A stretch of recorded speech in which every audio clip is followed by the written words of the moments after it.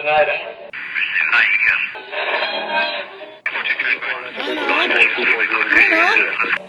Milo, is that you? There, I think I got it.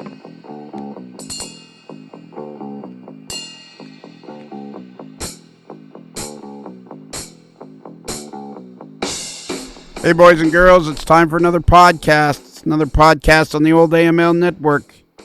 And this one's a little late. I'm a little slow on the uptake today. This one should have been already out, but it's later in the day. It's still Monday. I still made it on Monday, but the reason I came up with a really good idea. This is the day after the big Amherst Model Railway extravaganza in the Big E in West Springfield, Massachusetts. And this particular podcast, which is ViewerPosts Vacation Cruise number 28, we were editing as we were driving around Massachusetts on Friday and thought, hey, wouldn't it be cool if we listened to that one today? So that's exactly what we're doing. This is ViewerPosts Vacation Cruise number 28. This is originally in a Patreon podcast, but I thought it was just so cool. We were having such a great time listening to it on Friday while we were driving around. So here's what we did on Friday. There was 5 of us. There was Boston Joe Cummings, or Cheese Balls, as he's known to his friends. Tom Jacobs, the creator of the Reading Crossline layout in Robosonia, Pennsylvania. His buddy and the right-hand man, James Mattern. And then we had Jordan Kramer, who is our producer on our live streams. And Boston Joe had rented a Ford Expedition, a 32-passenger Ford Expedition. And we were cruising around in that, listening to the unedited version of ViewerPosts Vacation Cruise. And what we did was we went to Peabody, Massachusetts to see George Selios in the Franklin in South Manchester. I think that's the name. I think I got it right. And then after that, we went around the corner and had lunch, and there was the 5 of us. There was little Mike Wachowski and his wife, Christina. There was David Start and his brother, Greg Javanello. I know I'm missing somebody. Chris Atkins and Speed, Gert, Jim Muller.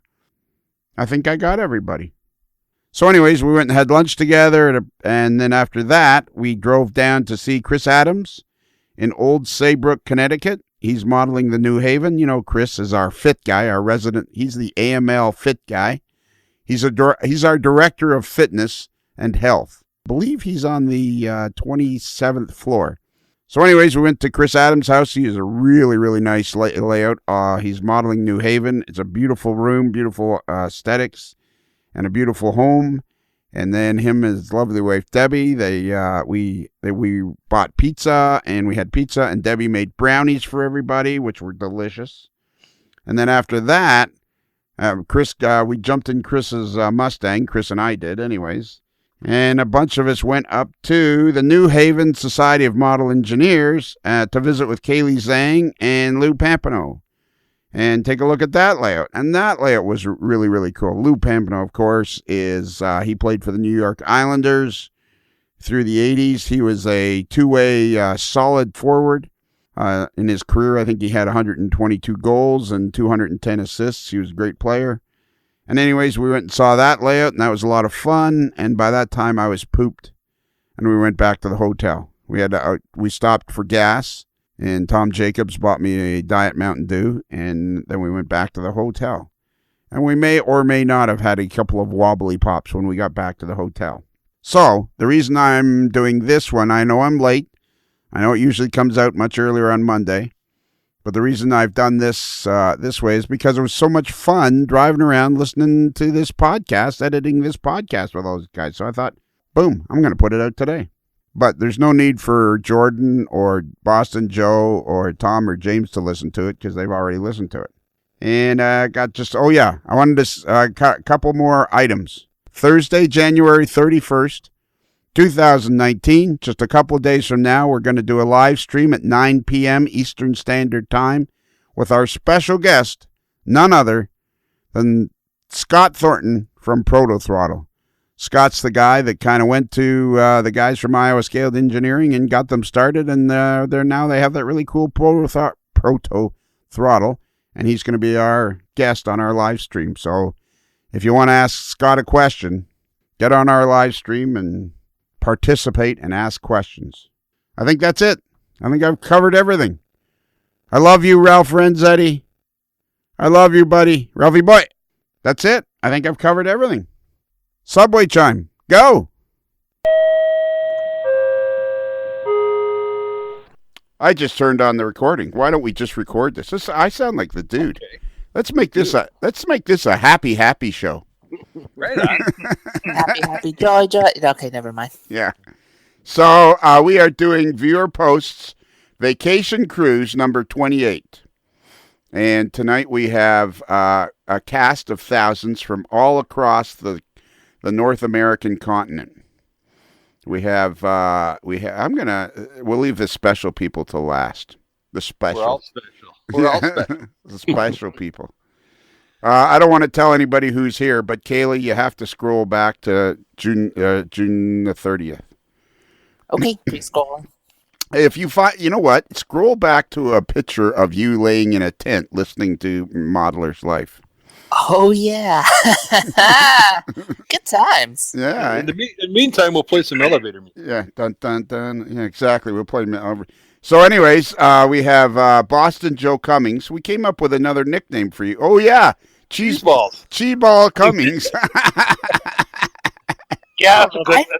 I don't want to know. That's I don't think it's a good thing. Yeah. Hang on a minute, you'll see. Yeah. Cheeseballs Cummings. And then we have all the way over in Plattsburgh, Missouri, just north of Kansas City.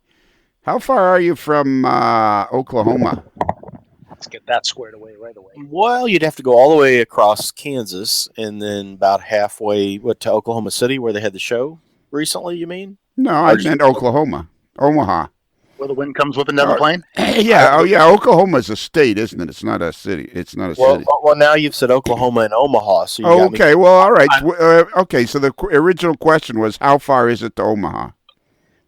Oh, about 3 hours. There you go. Northwest. You don't want me to be like I was last night, do you? No. Let's not go there. That doesn't play as well on audio. But to get geographic correct, you did say how far it is to Oklahoma, then ask about Omaha, which is in Nebraska. So I don't know. See, for our friends in the Western states, we apologize. Yeah, it's Tony Cook of Model Railroad News, the editor of Model Railroad News, the creator of HO Collector Quarterly. Now, while I'm saying this, I just realized I don't have anything great to say about cheese balls. The creator of HO Collector Quarterly, the host of AML Product News, the host of the X2F Files. Is there anything else that you do? The owner of a brand new 1995 Cadillac Eldorado. Well, that's a beautiful car. It is a beautiful car. Sure is. And what else? HO Scale Trains Resource. If you want to go and look at old model trains, go to ho-scaletrains.com. I didn't know that. Yeah, you knew that. I know the HO scale, but isn't that part of HO Collector Quarterly? It's kind of moved over there now that it's hosted by White River, but it actually is. I think I started it back in 2000. What's it called again? Tony Cook's HO Scale Trains Resource. All right. I don't know. I think I have been there once or twice. Yeah. So deal with any S-scale stuff there, Tony? S-scale?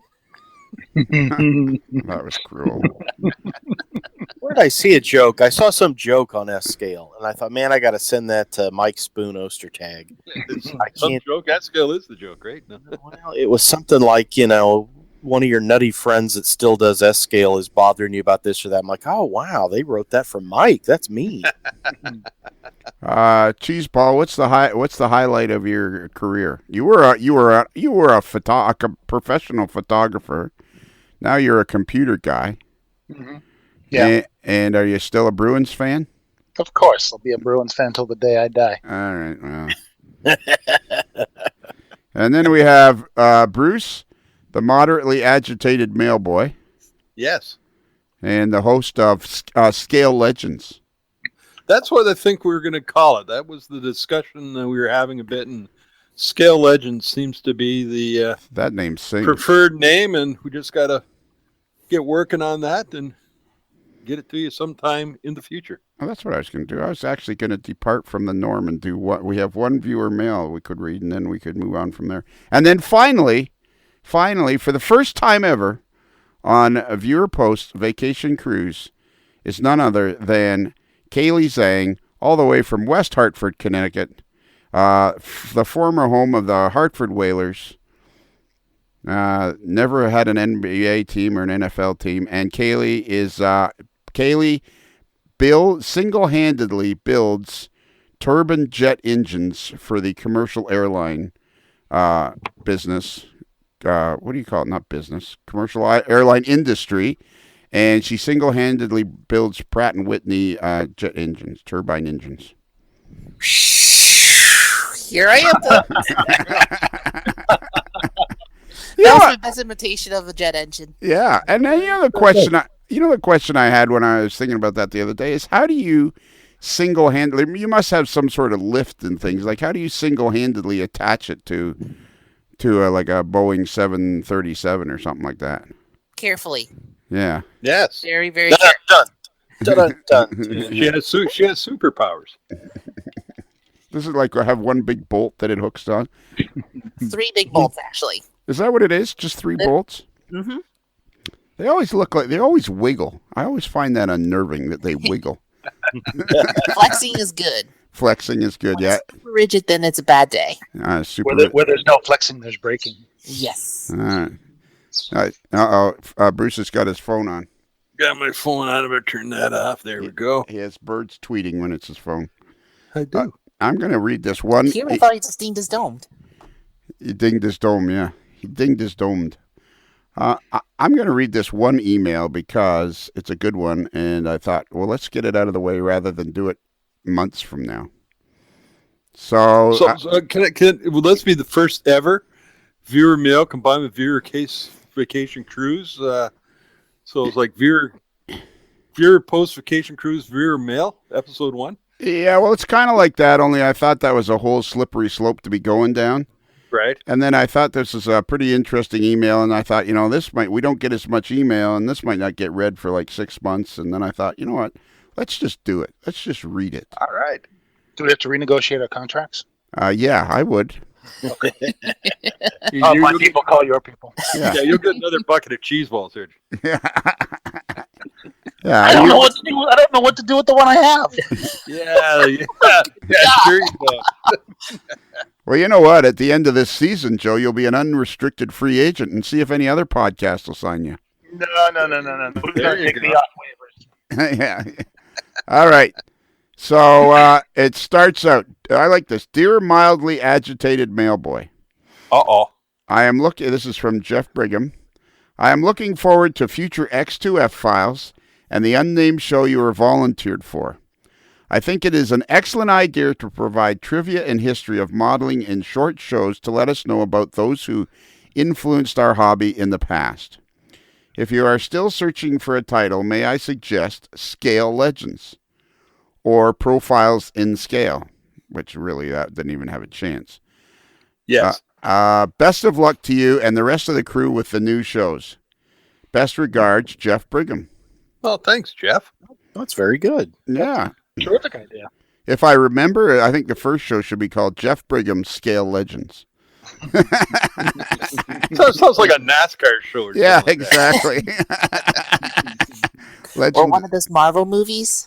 Yeah, exactly. Yes. Scale. That's a great name, Jeff. Scale It Legends. is a great name.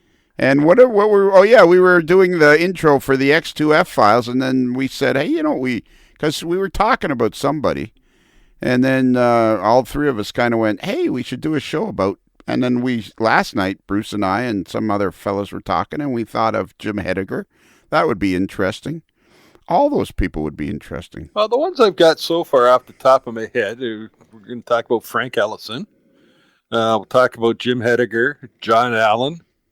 Alan McClellan's another one.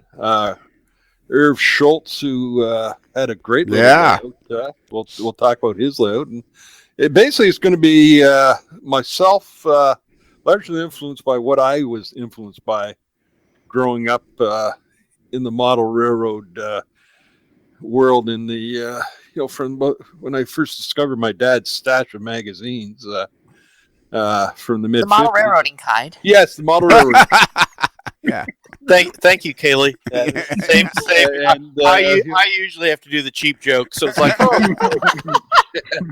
pressure's off, Tony. So yeah, the stuff that I read when I was growing up, and the ones that I always enjoyed reading about. So Bruce Chubb's another one. So we'll go along. John Armstrong's another guy we're going to talk about. So we're going to have some fun with this. Okay. And we hope when we get the product out, you'll enjoy it.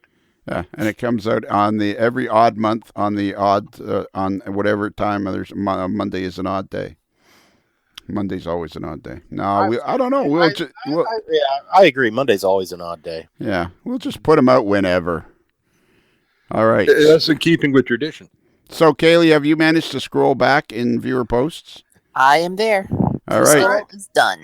All right. So we finished off in show 27. We finished off with Kaylee Zhang, our very own Kaylee Zhang, who's with us tonight, listening to my interview on the AML Network on loudspeaker, and we were very confused. What did that mean? You were listening to it on your phone? Yeah, I just had my phone. I didn't bring any headset or earbuds or anything like that. Okay. It's one of those things when you're hiking or backpacking, you try to minimize as much weight as possible, so you're not bogged down. Yeah, those earbuds they weigh a ton. They'll really. Oh yeah. While camped out for the night on the Appalachian Trail, did you go by yourself or did you go with somebody? I usually go with a group of friends. Okay, so a bunch of ladies went or something like that. Yeah, it's a mix. It was a bunch of a couple guys, couple girls. It was a variety of folks. All right, and how far did you get that day? Do you remember? We didn't. We originally were planning on trying to make about 8 miles in, camp for the night, and then do another 8 miles going back out. But the weather was ridiculously hot. It was like one of the first heat waves we had, and was humid too. So we maybe made it in 6 miles the first day, and then we punched it out at 4 miles the next day. Oh, okay. So what did you do with the other 2 miles? That we didn't do them. We actually the plan is for next year to go back to kind of pick up where we were and continue on from there. All right. But when we plan for a trip, we always plan for a contingency or a backup plan. Right. So we knew going in the weather was going to be rough. So we made it in, and we made it an executive decision to kind of cut the trip short by camping at our secondary campsite. Okay. Which ended up being really nice because you were inside a ravine and the water was really crystal clear and cool. So we all just kind of dove in and just soaked for a few minutes before we started pitching up tents and whatnot. So yeah, we went to the secondary site, and then we also took the secondary path out. Uh-oh. That didn't sound good. That didn't sound good. Yeah, so we took the secondary way out, which again cut our trip short about by 2 miles or so. Oh, okay. So you could so wherever you were parked, there was a different way to get in, and one way to get in and a one way to get out, kind of thing. Mm-hmm. Yeah, we staged 2 cars, and that day we were able to get. Actually, like I said, I was able to get cell service. I think I put it in another post. I think I put it on my own personal page, but we were able to get cell service, and we were able to call a mutual friend of ours to meet us at the midpoint and then shuttle back to our cars. Oh, okay, cool. And so are you really organized? Because that's not going to fly here. No, with this we have to, because we are dealing with lives and it is safety first. Yeah. So this is one of those rare instances. Yes, I am organized in that respect. Then again, someone else did the planning, not me. There you go. And so did any bears come over for an autograph? No, they were quiet. I think they were all staying in the river to keep cool too. Okay. How long is, I think I saw, was the Appalachian Trail? Is that was it Robert Redford and Nick Nolte movie that they hiked that? And what is it from Georgia to where does it go? So it starts at Springer Mountain in Georgia, which is, I want to say, hour north, maybe 2 hours north of Atlanta. It goes all the way up to Mount Katahdin in Maine. Wow. And Okay, it's- so see, Lionel and I are thinking about doing that next year. Yeah. And I'm just wanting to know, like, do I need special tires for the Cadillac? that would be impressive if the Cadillac could make it. I mean, we're not, this walking stuff's for the birds. So Yeah. I don't know. I might take the Lincoln because then we'd have heated and cooled seats. I don't Yeah. Well, you know, the Lincoln is train show validated, so it is train show valid. Of It's course, ready, it's ready to go on the road. the Caddy, though's got the sunroof, and I think we'd enjoy the sunroof doing the Appalachian Trail. That's true. You don't have a sunroof in your Lincoln? No, that version Lincoln has a thing where the whole roof is glass. That's right. Yeah, it goes back. Yeah, so I didn't get that. Yeah, that's right. I remember one night when we were riding around Kansas City at night, and I looked up and I went, "Is that stars, or is that just, or am I just really tired?" Okay, let's move along here. So far, we've managed to do 15 minutes, and we've covered one old post. On a roll. Yeah. Wow, we're burning through them tonight, folks. Let's see. This is from John McManaman. After 7 months on the road, I'm back to running local. Dad had a stroke, so I wanted to be close. So now maybe I can get something done here and run trains again. Ground cover and trees to be put down, structures to be built, tunnel portholes to weather, and backdrops to put in. I have a full summer ahead of me. So he's got an N-scale layout there, and it looks like about the size of a door. One of those N-scale layouts on a door. I think that's a cool idea if that's all you got room for. You know, that looks a little bit like, is it what, Woodland Scenics? Yeah, I was going to say. Yeah, doesn't it? Yeah, it looks like that. I can't think of the name. I keep wanting to say Scenic Ridge, but that's not it. Yeah, I always like those kind of spaghetti bowl on a 4x8 where it's got mountains and everything. You know, that's kind of that traditional. How much can you pack into one layout? And those are fun. You know, my layout is similar right now. It's an N scale on a door, and I constantly have to stop myself from just saying, "Let's put track here, let's put track there," and turn it into my own personal spaghetti bowl. Yeah. If it's N scale on a door, would you say it's an adorable layout? Thanks, folks. Bruce will be here all week. Don't forget to try the veal. And just imagine people paid for this one. Oh my God. Wow. We never said what they would get when they paid. I think the fine print says non-refundable. So Yeah. Ring, ring. What's that? no, Refund? no rain checks. No, yeah. Not combinable with any other offer. Yeah. Yes, yeah. You can take the reservation. You just can't hold the reservation. Yes. These pretzels are making me thirsty.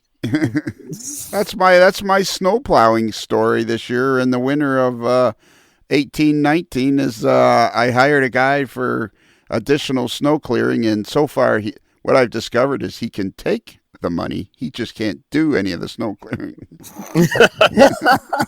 Hey, he's batting 500. That's Yeah. Okay, Jordan Kramer, listening to Viewer Post Vacation Cruise number 20 while at work today. Great fun as always. Thanks, Jordan. Jordan, take a picture of wherever you are right this minute. Here's Peter Borschitz. Oh, it's Sean Besher talking. Oh, Peter Borschitz liked it. Sean Besher, listening to Viewer Post number of Vacation Cruise number 20, or VPVC as he calls it, and lamenting about Lionel Strang is always calling Chris Adams the annoying athletic guy, and how he is probably the only one who isn't drinking soda while he's driving around. Well, Chris isn't the only one. I drink 1+ of these water per day. No dime handy, so that is a quarter for scale, sitting on the left of the bottle. It's 3.5 liters. Holy moly. wow.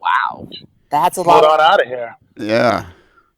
See, I couldn't drink 3.5 liters. I wouldn't get anywhere. I'd get like a mile down the road and I couldn't drink 6 liters of water and have a job where I had to drive around all day. no way. No. And then he goes, that's 3.5 liters, and I wish I had more time to ride my bike, but most of the time I'm walking the dog. Okay, so Sean is one of those fit guys.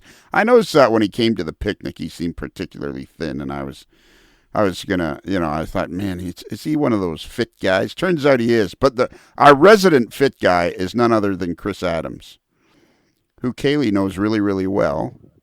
Yes, indeed. And you've operated on his layout. Mm-hmm.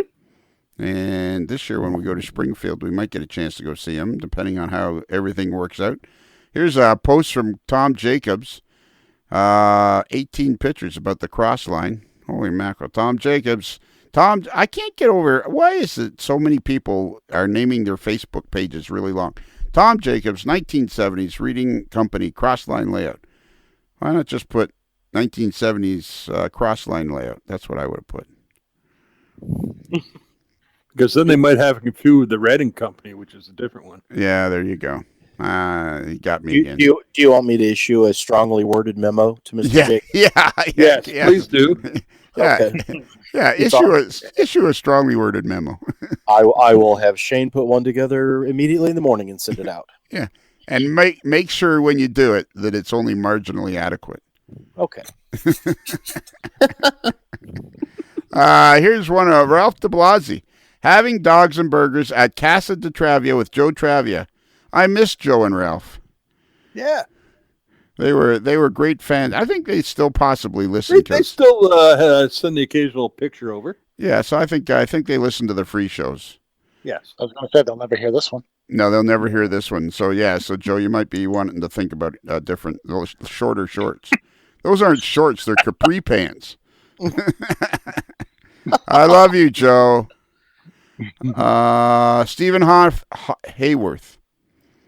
I have another detailed blog posting here giving an overview of my steam locomotive weathering techniques and my designs for card sorting shelves in, on, under, near the benchwork. Enjoy. So he's got a blog, the Rio Grande Southern Railway, and it's rgsrr@blogspot.com. More weathering, shelving for op sessions. That's a nice job of weathering on that locomotive. Yeah, and good looking piece of equipment. Yeah. Stephen came to the barbecue, and I remember talking to him. I think he does it's standard gauge. Yes. As if the Rio Grande Southern went standard gauge, which I think that's an intriguing what if. Yeah. Mm-hmm. Okay, Yeah. now for you guys who are aficionados of steam locomotives, why did some companies have that rusty red roof on the cabs? Apparently nobody here is an aficionado. Apparently nobody knows. I don't know. I think that's the optional vinyl roof. Oh, right. Okay. Actually, that looks more like a Landau roof. Oh, Joe, you might be the leather. It does have leather No. roof. It's the Naugahyde roof. There you go. That's what it is. with the optional opera windows in the top. Oh, so this one operated on the Naugahyde Railroad in Connecticut? Yes. It may have. That's in New Jersey, wasn't it? The Naugahyde Railroad?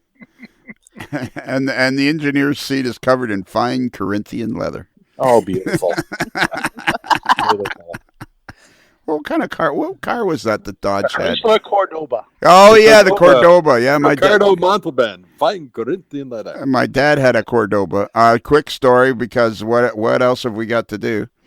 My dad, he World War II guy, World War II vet, went over in 1939, late 39, early 40, something like that. And the Dodge dealer in town, also a World War II guy. My dad went in, he was just kind of looking. This is when the town was back, it was much smaller than it is now. So there was one Dodge dealer, one Ford dealer. So my dad's in the Dodge dealership kicking the tires. And the owner of the dealership, is a small dealership, he comes out and he starts talking to my dad, blah, blah, blah. So then, they start talking deals, and they're a couple of older guys. So then they start talking about, did you go? Somehow they found out they both went overseas. Who are you with? Yada, yada, yada. Turns out they went overseas in World War II on the same boat. Wow. That's crazy. So my dad walked out of there with a Cordoba, and the guy sold it to him basically at cost, and they were like lifelong buddies from that point on. Wow. My dad had a Cordoba with fine Corinthian leather. Even despite the commercials, and everybody remembers that Ricardo Montalban commercial from the late 1970s, I'm afraid that Cordoba was always a poor seller compared to what GM would have had. The Chevy Monte Carlo, Pontiac Grand Prix, Yep. Olds Cutlass, that body, and then Ford had the Thunderbird and Cougar. And then, it was Cordoba, and I think it's a Dodge Magnum. Yeah. And both of those are kind of odd ducks that in that personal luxury 2-door car of that period. But maybe Yeah, that's a car I should look for. Yeah. Lionel, as we collect cars, I think I need one of those. Yeah, but none of those cars held up to the AMC Pacer. Oh man! Oh, no, sir. There's a sweet ride right there. You got a pacer and you're a player. I think a Pacer wagon with wood. And yeah. And I was like, thinking more of the powder blue one with flames like from Wayne's World. Yeah. You have to be a Queen fan for a pacer. and by the way, Tony, Yes, sir. you look marvelous. All right, the next one is from Ralph Renzity. I'm already dreading reading this because I've done something wrong. But anyways, here we go. I'm listening to Vacation Cruise number 20, and right out of the gate, you are already apologizing to me for getting worked up over pan pastels. Now, unless you're doing this to get me going again, or you really don't know, you got my attention. Uh-oh. Dun dun dun. No one wants to be on Ralph's radar like that. No. Lionel, you like to boast that you put the shows out in order that they were recorded. Oh, I remember this argument. Which, as you said, Jason's show was done before the Fading Yellow show. So regardless of the order, my rant came after both, and the only one that was out. My rant came after both, and the only one that was not one he had. Oh my God! I'm going to start again. My rant came after both, and the only one that was not one when I tried to straighten you guys out about the difference was Shane. I don't understand what that means. So I don't think I read it properly. So it seems... I think Ralph was really riled up and was having keyboard issues. Okay. Let's go with that. So it seems that this was done intentionally to get me going, or I'm sorry to say you guys have the attention span of a gnat. Well, yeah, there's no argument there. There you go. There, yeah. You nailed that one. Yeah. There. Yeah, Kaylee, you're a mechanical engineer. You single-handedly build turbine engines for Pratt and Whitney. You've listened to many of our shows. Do you think that any of us have the attention span of greater length than a gnat? Squirrel. Yeah. I was going to say it, that someone. Yeah. Don't listen or you don't care. Not don't. Oh, listen. there's 3 options. Oh, Yeah. We'll put this out to a poll. A, do we have the attention span of a gnat? B, don't listen. 3, we don't care. Yeah. 4, all of the above. All the above. Yeah. That's how I did. That's how I skated through high school on the multiple choice.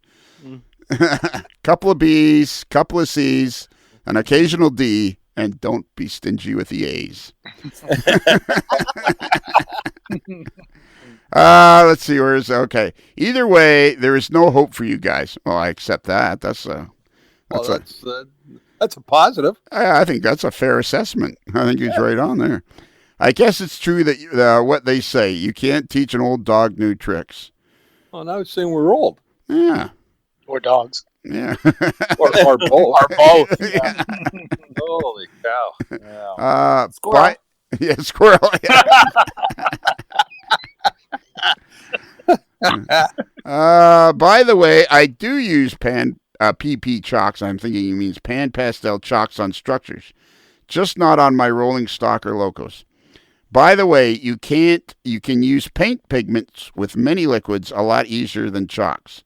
Signed, always lovingly yours, Ralphie Boy. Yeah, hugs and kisses, Ralphie Boy.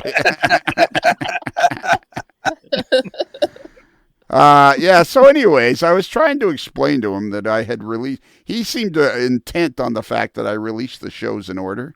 And somehow we had talked to him and Shane about Fading Yellow, and then I talked to Jason Jensen, and he was all worked up. And I said, well, I don't think I released those in the order that I recorded them.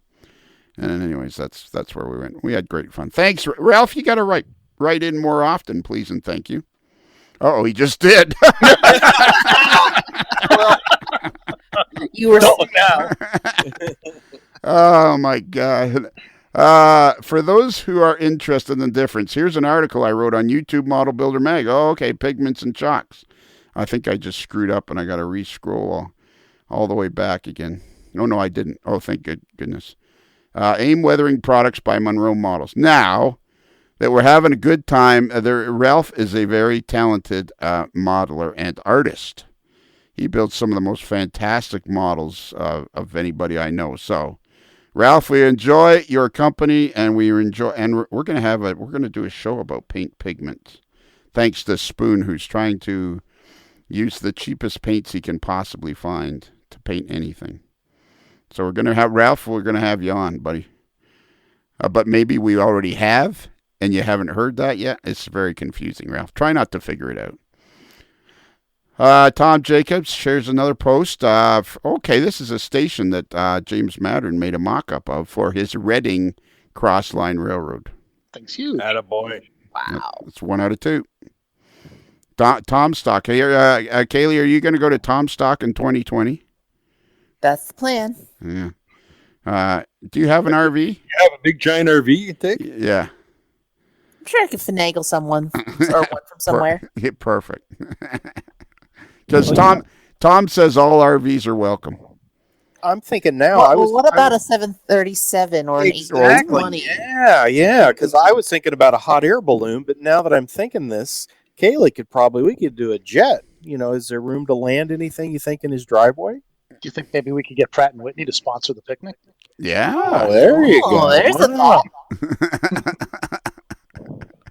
Ron Kleiss. Sounds like nice. All right, I think it's time for the AML crew stepped up the game a bit. Time to ride in style. A red T-Bird. That was like 58 or something? 59? 57. 54 to 57, I think, is that early body. By 58, it gets the big car like Elvira, Mistress of the Dark drives. It was a sharp car. They made it quite a turnabout. They had the 2-door T-Bird, and all of a sudden they went to the bigger one. Yeah.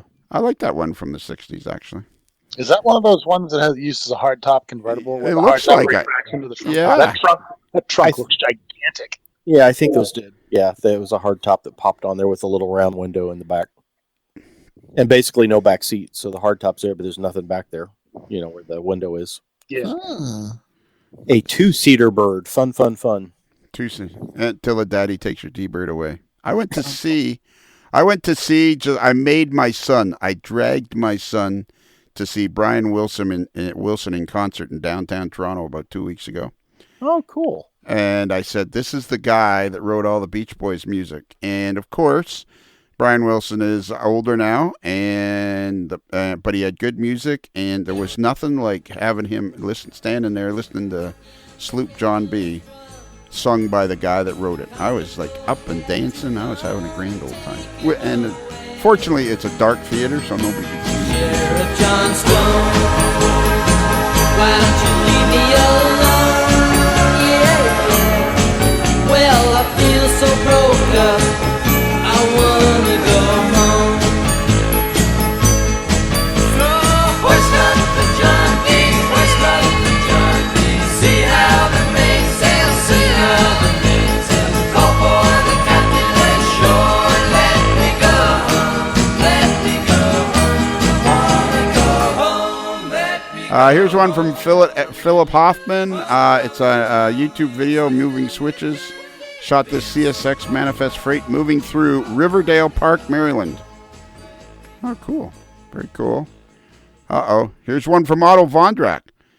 Saw the sweet new ride for the AML top executives. What is this? This looks like a... That is an Aston Martin Lagonda.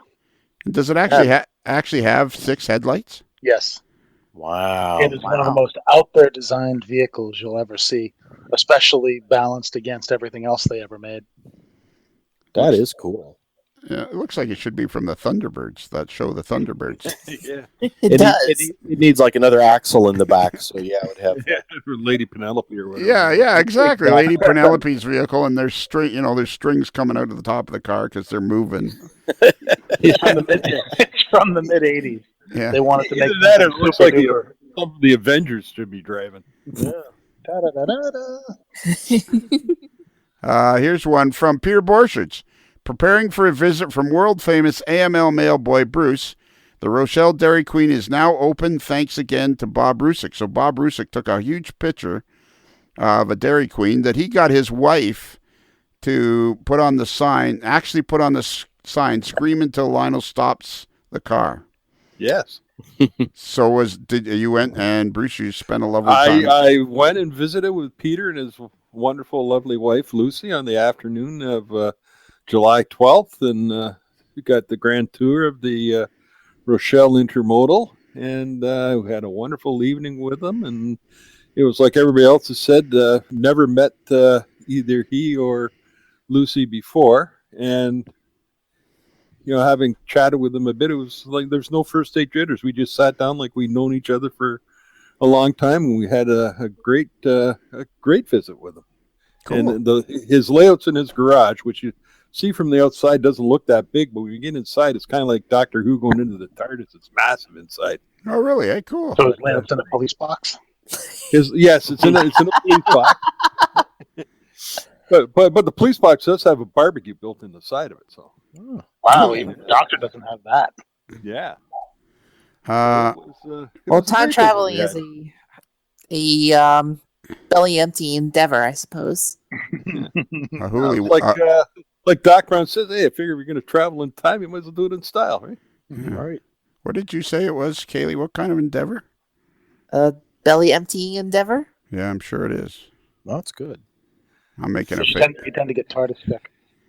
I'm making a face. I'm making a face right now because I got no idea what she's talking about. but everybody else does. So, Philip Hoffman, more prototype inspiration. The Army goes rail. KCS, Kansas City Southern made an appearance at the pass today, moving this army east. So I wonder where he is exactly. We'll have to, somebody watch that. Oh, Chip Stevens. Way back when Lionel was younger, there was a pre-Patreon podcast about blogging, websites, hosting providers, and such. Anyone know which episode it was? Bruce, take it. One of the previous 100? Yeah. Oh. Yeah, one of the early ones? Yeah. We've done way too many now to even remotely keep track of everything we've done. Yeah, I think it was one of the first 175. Yeah, somewhere.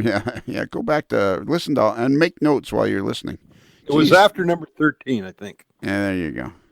There's another one from Tom Jigs. More this layout. I'm telling you, this is such a great place to hold Tom stock in 2010. I think people are gonna. We already got a problem. We got too many people going, and that's gonna be great. Anyways, a bunch more. What a fabulous layout he's building. How far are you from? Yeah. Kaylee, how far are you from Reading, Pennsylvania? From here, I think it's about close to 6, maybe 5.5 to 6 miles. Hours. Yeah. Yeah, it's a walk in the park. Hop, skipping and jumping, we're there. So, is there any interstates that kind of go in that direction? Not really. You would take probably go 84 west, drop down 287, or take the turnpike or Parkway, GSP, Garden State Parkway. But probably you're better off taking 287 or continue on 84 and cut down through Scranton. Okay. 287 will take you 287 will take you go south, and then you could pick up Couldn't you? It wouldn't be faster just to fly. Possibly. It sounds like a lot of work. How do you say Lou's last name? Papineau? Papineau. Papineau? Papineau, yep. All right. We just recorded a show with Lou Papineau about the Fine Scale show in Albany, New York. And the other day I was listening to your version of the Kelly questions. And it reminded, because it's soon coming out, and it reminded me about Lou Papineau played for the New York Islanders. He played 400 and some odd 75 games for the New York Islanders and was one of those kind of two-way third line forwards, but he had scored, a couple hundred goals over his career, and we never mentioned that the whole time we were talking to him. That's right. We did forget to mention that. Yeah. I wonder if he ever told his wife. Here's one from Sean Besher for future reference. This is Tyson. You'll understand it when you hear it. It's a picture of his dog. What kind of dog is that? A furry one. It's a furry one. Yeah, dogs are cool. But Kaylee likes cats, but she can't have one because she's allergic. All very peculiar. How about a bear? Could you have a pet bear? Ooh. Hey, boo boo. Yeah. What is your stance on picnic baskets? Yeah.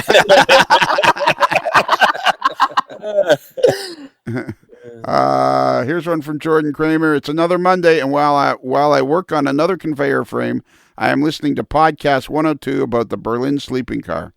It is a very interesting story of how Mr. Kevin Moore got into buying rail cars. It was a very interesting story, and Kevin is an interesting guy. We should have him back on to find out if he ever sold his car, which he only wanted $500,000, but I think I could have beat him down to about $480,000.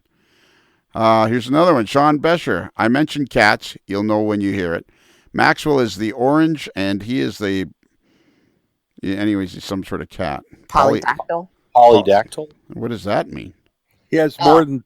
He has a bunch of toes. He has a bunch of toes? Yes. That's pterodactyl. He said he has 7 toes on each front paw. How could you tell they'd be so small? How could you tell? How do you know they're not just extra? That's that's what Sean says. Maybe they're just maybe the toes that are there are short. My parents had a cat like that. Yeah. It was like he had opposable thumbs. He would fetch bottle caps, but he would actually pick them up. Wow. It was the creepiest thing to watch. Like, excuse me, I'm going to go turn The Exorcist on now. We had a cat once called Rick that was a ginger-colored cat like the one on the couch there. Only the problem with Rick was he just had a bad attitude. This was the only cat I ever had that had a bad attitude. He was just mad at everything all the time. And as we tried to house train him, it was one of our first cat pets that we had when we got married, and he would do his business somewhere in the house, and you'd take him and for a couple of days he'd act like he got it, and then just for the hell of it he'd go off and he'd do it again somewhere, and it's like he just had a bad attitude. He'd meow at the door to get in, and then you went to the door to open it, and you opened it, he'd stare at you, then run away. A cat ring and run. Yeah.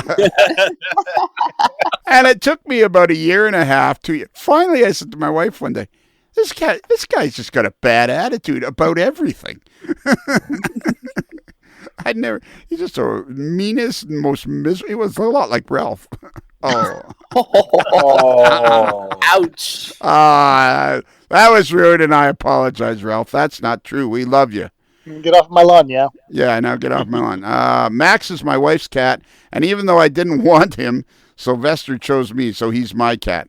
And go figure, he's in a box. Honestly, I'm surprised Max wasn't already in the box. All right, so Sean has a cat, and his wife has a cat. And they have a giant H on the wall, too. Steve Hayworth. I always struggle with that. It looks like it should be Haworth, but it's Hayworth. Trees, just learning how to install trees. I think, you know what? I got a funny feeling we should make a point of going to Steven's house next year at the picnic, because I got a feeling that this is a pretty nice layout. It's all the pictures represent that it's a pretty beautiful layout. Brian Doherty. I take it that when the magic smoke appears and the engine starts to look like an Alco, the board is pretty much toast. Reminds you of the time of Chuck Hitchcock's layout. Yeah, exactly. And we produced magic smoke. But that was a long time ago in a land far. Too. Yes. How many times, Kaylee, have you produced magic smoke? More times than I'd care to count. And you do that when you're at Tom's Trains in Connecticut? It's in Connecticut, right? It's in Connecticut. And you work there every Saturday, or a lot of Saturdays? lot of Saturdays. Yep, Wethersfield, Connecticut, off the Silas Deane Highway at the corner of Route 99 and Route 3.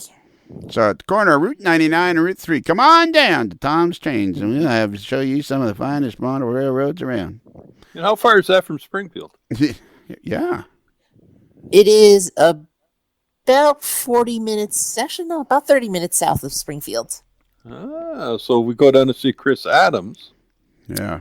Yep. Ah, okay. Yeah, Swing up through. Yeah, but what Chris Adams doesn't know, we're going to get to his place around 4:35, and we're not going to leave till like 11. Yes. We just haven't told him yet. Here's one from Morgan Pavia. Listening to viewer mail and thought I should share. Tom Jacobs, perhaps this would help. Pro tip.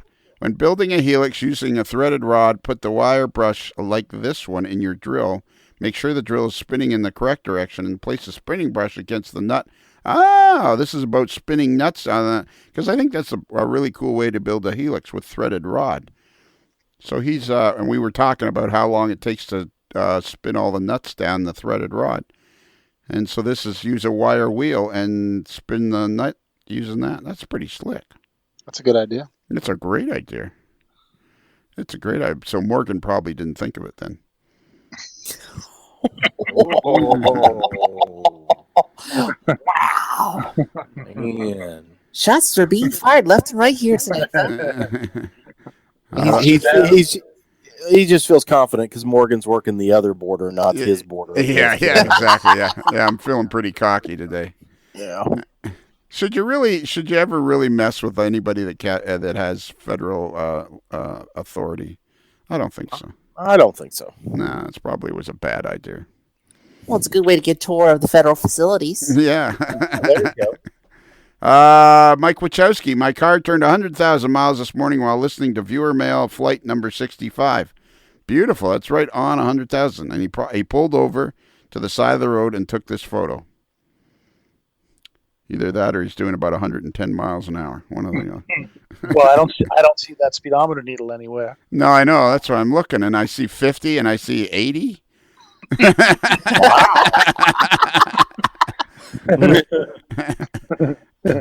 Apparently, the trip from Green Bay to Sheboygan isn't quite as long as it is for other people. So he must be going at ludicrous speed. Yeah. Oh, look at this. From Tony Cook, our very own Tony Cook. Received words from AML Prize Fulfillment Coordinator that the young gun Shane Mason and I need to swing down through Busted Knuckle, Kentucky, and stop in at the 38th floor of the AML World Headquarters in the Mildred A. McCracken building, which has now been renamed. Actually, we sold that building, and we knocked that one down, and we rebuilt, and it is now the Stuart L. Sterling building, to pick up prizes for the annual AML barbecue on Saturday before we head to Rochelle. Looking over the list, I'm so excited to see a DVD of the special edition of the 1977's Smokey and the Bandit. Man, when I saw that at the picnic, I didn't know how I was going to win it, but I knew I was going to win it. I have that. I'm looking at that right now. We'll take who will take this cinema classic. Shane and I will really need to observe the speed limit to make it from St. Louis RPM on Friday to Kentucky and then back to Rochelle on Saturday morning. You got 28 hours. Yeah, 28 hours. Hey, you know what, Tony? Just for fun, Yes. we should do like we were talking about doing a road trip to Denver. We should do it in separate cars. We'll rent a tractor trailer, and then you can run a shotgun in the Lincoln or the Caddy in the red Caddy. Who's going to play the part of the hound dog? Ted the Wonder Duck. You could do that. I don't know, but I'm pretty sure you're going to be playing the part of Cheeseball. There are no small roles, just small actors who play. Jordan Kramer. So I was listening to the T-shirt episode today and heard mention of a loophole stating that if you got an AML sticker and put it on your vehicle, you would be made a super fan. Well, I couldn't wait to get home as I have had the sticker on my car for several months now, Spreading the word of the AML Network. That was one of the original stickers that you could buy from Teespring. And he must have been one of the original people or the original person with an AML sticker on his car. How many super fans do we have, Bruce? We're somewhere around 24, I think. Yeah, I think so. Get out the cold rail there, buddy. Oh, hang on a minute. I got to find it.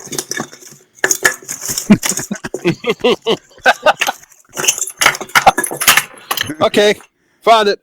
All right, so now we're going to Jordan Kramer. You are about to become the very next super fan due to the loophole that you found, and you were driving around with this cool AML sticker on your window.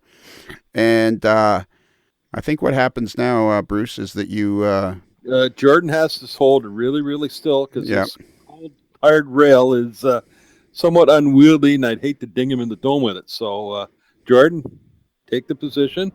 Okay, we're up over on the right shoulder, up over his head. Good boy, holding still. Down on the left shoulder. Now we got to cue the music.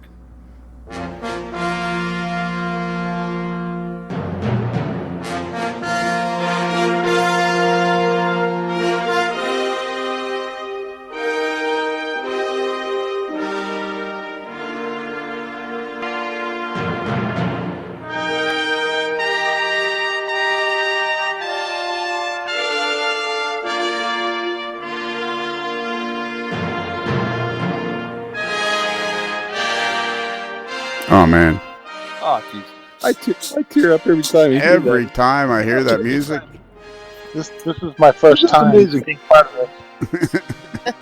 It is emotional. It's just like, it's such an honor to be bestowed on somebody. It's just I'll unbelievable. put the rail back while I found it now.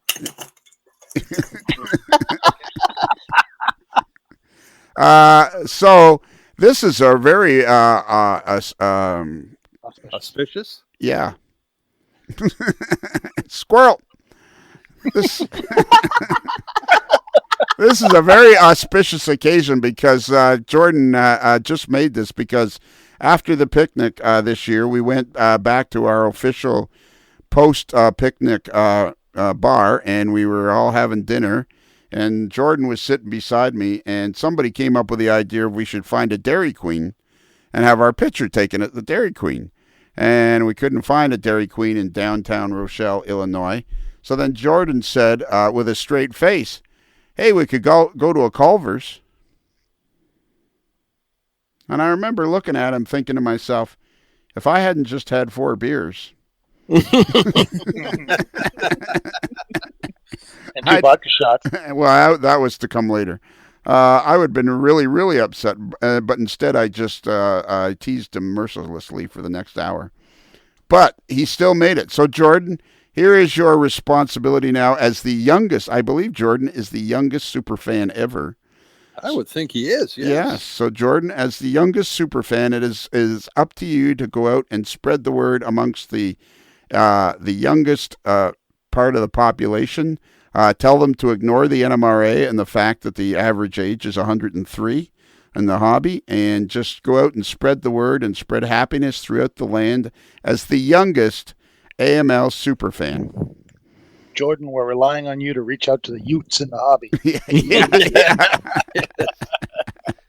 Well, that was an unexpected. Oh, there's 8 comments. Let's see if I can click on these comments and see what happens. Okay, here we go. Sean Besher, I need to get me a sticker. Yes, you do. Bruce Kelly, where's the dime for scale? Bruce Kelly always says that. Bruce is somewhat curmudgeonly, isn't he? Yeah, he's been talking to Bruce way too much. Oh, my comment was very well thought out. How cool is that? Peter Borchich, don't think that number plate is too legal. Yeah, so wisely, Jordan had scratched out the number plate using Photoshop, but fortunately I can see it. And it's Ohio plates, and it's B as in Bob, Y as in Yankee, H as in Harry, 5, 6, 7, 8. And then there's Jordan Kramer there. He's a picture of him. He took a picture of himself. Here's the dime for scale as required by Peter Borchers and Bruce Kelly. Attaboy. See, that's why he's a super fan. When something has to be done, he goes right out there and does it. And Robert Frisello says, and you need to be holding flowers from Costco for your significant other that looks like a tree while standing in front of the Dairy Queen. All right, cool, very cool. All right, moving right along. Oh, it's another one from Jordan Creamer. Getting ready to leave tomorrow morning for the ML barbecue. I have an ATCS laptop, a scanner, and an awning. Making a stop at the Plains Hobbies and then off to Rochelle. See everyone on Saturday. Yes. And we had that same experience. We didn't have first date jitters. He came up and he was like, what a cool young man. It was very exciting to meet him for the first time at the barbecue. Mike Wachowski, first pan of brownies for the 2018 AML barbecue. 4 more to go. He made a ton of brownies. And I ate a ton of brownies. Sean Besher practicing for tomorrow at Costco, Pewaukee, Wisconsin. He's got a hot dog. Boy, the buns that Costco uses makes that hot dog, I think. Those are those are very good hot dogs. They are great really good hot dogs. We don't have those kinds of buns in this part of the country, though. Yeah, they're incredibly good value. Well, you got soggy dogs up there, don't you? No. The dogs at Costco they're very good. No, are they? That's all I'm going to say about that. I have to scroll back for some reason or other. I managed to screw that all up. So, can somebody else see what the next? Can somebody see what the next post is? Tony, It's a picture from Andy Dorsch okay, go. of plastic shopping bags with the interrogative, "What's in the bag?" And somebody commented, "I know where that's from, but I don't know what's in the bag." That was Sean Betcher. So nobody provided any indication what was in the bag. So Probably, who but knows? I think I think Andy was getting the sausages and the buns or something. Yeah, It was watermelon.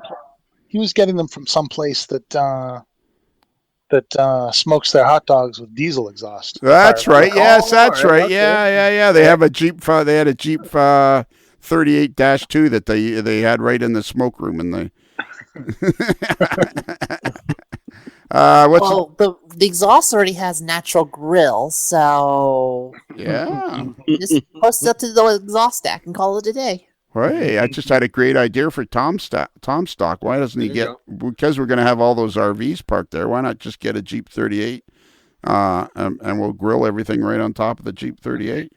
So the next picture is also from Andy Dorsch. Procured the meat from a meat market, which is right on the tracks, so close to the meat locker, where the GPA 38 exhaust adds that extra kick to each dog. So there's got a picture there of the meat shop with the railway crossing with a gate and gantry for the flashing lights overhead, and then some pictures of packages of sausages. Perfect. So I'm guessing maybe the other one was in fact the watermelon. Maybe. Yeah, Anyhow. Joe, you cut the watermelon, didn't you? Yeah, with that scary sharp knife. Yes, that's right. Andy brought his musky fishing knife, and he handed it to me, and I handed it to Joe because I'm thinking, well, I'll be cutting my fingers off. And I held it out at arm's length. Yeah, and I stood there with paper towel ready to stop the bleeding. I had my belt off for a tourniquet. All right, next one, Bruce. The next one's from Jordan Kramer on July 20. Already been watching trains just east of Rochelle, and it's been busy this evening. If anyone else is already in Rochelle, does anybody want to meet at Culver's for dinner? What is it with him and Culver? How fast can you take away a superfan certificate? Oh, No, we won't do that. Yeah. All right. I was going to say something. We'll let Kaylee take the next one. Yeah, go, Kaylee. All right, next one from Mike Wachowski. Brownies are ready. Now let's see how many make it to Rochelle. And it's pictures of 3 aluminum trays full of brownies. It appears one is already missing, though. Yes, it does look like it's missing a big gap in there. Mm. He made a ton of brownies. They were good. Must be a quality check. That's why. That's got to be it. Yes. We had a lot of fun at that barbecue. A lot of fun. And Joe came and Tony came. We had people from all over the place. Okay, next one. Whoever wants to read it. Tony. July 21st, Adam Penales. I had an idea.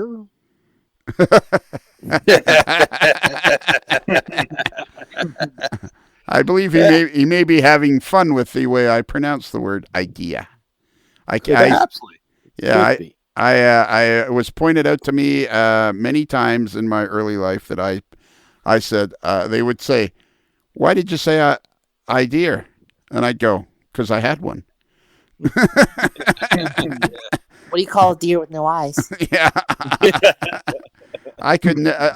For me to say idea, I actually have to stop and think of it. For me, it's always come out idea, but then I wash my hands. So actually, I don't wash my hands. I wash my. Well, you might want to do that. No. Yeah. I'm almost back there. I'm almost there. Hang on, Tony. Do the next one.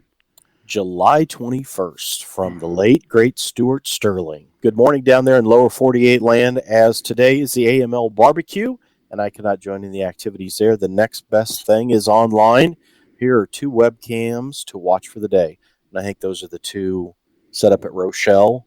So we had people doing surveillance on the AML barbecue remotely around the world. That was very cool how they can see us. Because there's an actual webcam in the park, but then there's these guys that have one attached to a house beside the tracks, the Union Pacific tracks, down to the east of where the park, at the east end of the park. They're on a house. They have that. What are those guys called? They're called something. I forget what they're called. They have they're a well-known rail fanning site. All right, Mike Wachowski on our way to the AML barbecue. See everybody soon. Yes, you will. Jordan Kramer. Everybody who has watched everyone who is watching the webcam got 2 UPs, one eastbound and the other one westbound, approaching Rochelle. Westbound is about 2 miles out. Oh, here's a picture of me and standing in front of a couple of Union Pacific. The park is so cool because you can get right up to the trains. We had great weather that day. Yeah, that was fantastic. It was wonderful. Yeah, Burned the crap out of my face. Yeah. Yes, it did. I remember that. It was my turn to be Shane this year. Yes. Every year somebody has to get severely sunburned on their face, and every year, and it's like slaughter to the lambs. We pick somebody and throw them in the volcano. Here's one. This is that from that house that I was just saying, Peter Borchards.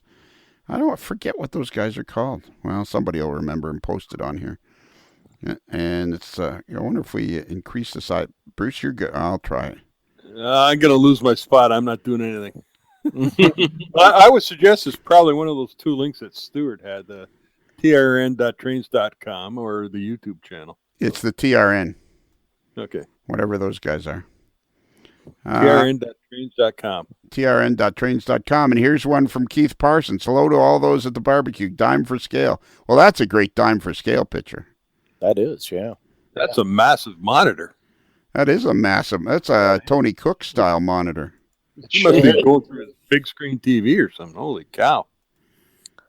Our very own Tony Cook, the editor of Model Railroad News, the creator of HO Scale Collector Quarterly, the host of AML Products, the host of the X2F Files, and the owner of the HO Resource website, has a gigantic monitor. I've seen it in person. In the hotbed of the Model Railroad News offices. How big is that monitor, Tony? It's a 40 or a 42 inch, and I use it for doing pictures and work. So if you end up seeing anything hanging off of a model in Model Railroad News, it's like, for goodness sakes, this guy's got a 40-inch monitor. Did he not see that? Right. Hopefully, I catch everything. Now, Tony, could you also use that monitor to watch, say, classic editions of Smokey and the Bandit? Yes, occasionally, yeah, I do kick back and we'll watch, a little television on that monitor. So, yeah. My favorite clip. I saw that. You did that on purpose. You're going away till you're gray. Put the evidence in the car. But Daddy. Put the evidence in the car. There's another picture from Stuart Sterling, our beloved Stuart Sterling. I miss Stuart Sterling. I think I actually see me in this picture. I think I see me and Joe in this picture.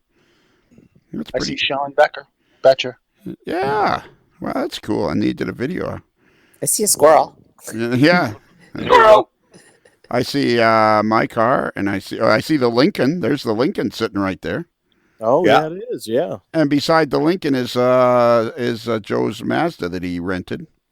I don't know where. No, that's No? I valeted it with Shane, and he took off with it. Yeah. I think he went for a cruise through Chicago at like the speed of light with that thing. That was a sweet ride.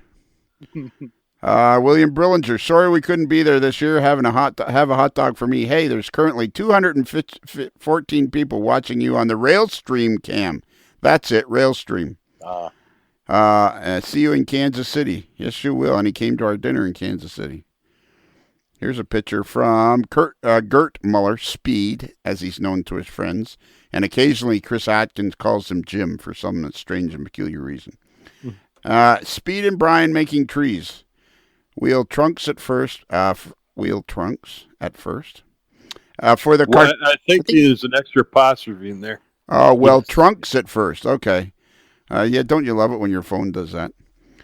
Speed and Brian making trees. Trunks at first for the Carquinez Model Railroad Society in California. I want to be their doorman. Welcome to the Carquinez Model Railroad Society. The only thing is, it took me, 2 years to be able to say Carquinez? About that. Yeah, and then once I got it, now I won't leave it alone. Better late than never. There you go. Now I can never see that word and not hear that.